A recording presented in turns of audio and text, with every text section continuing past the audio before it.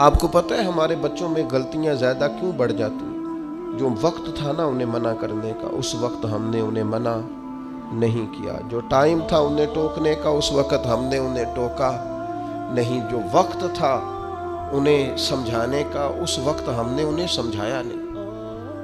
پھر ایسا وقت آتا ہے کہ وہ غلطیاں پک جاتی ہیں، مزاج کے ساتھ منسلک ہو جاتی ہیں۔ پھر ہم چاہتے ہیں کہ بچوں میں وہ تبدیلی آئے، لیکن اس کے ساتھ بڑا ظلم ہوا، وہ بیچارہ پریشان ہو گیا۔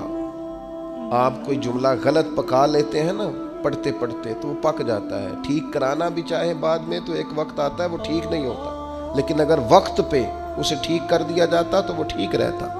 اپنوں کے ساتھ پیار کریں، اپنوں کے ساتھ محبت کریں، اپنوں کے ساتھ آپ کا رشتہ خلوص والا ہو۔ آپ دیکھیں وہ کہاں غلطی کر رہے ہیں، وقت پر ان کا ہاتھ پکڑیں۔ فصل کے ساتھ جڑی بوٹی اگ گئے تو میرے بھائی جڑی بوٹی کاٹنا بھی لاڈ ہی ہوتا ہے، وہ بھی فصل کے ساتھ پیار ہی ہوتا ہے۔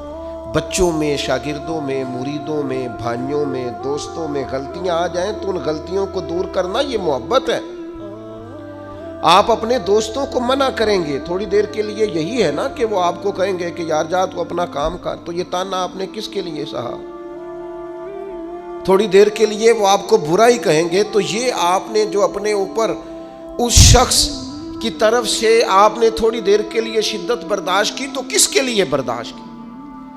آپ خیر کی بات کہیں، آپ اچھائی کا جملہ کہیں، آپ لوگوں کو برائی سے منع کریں۔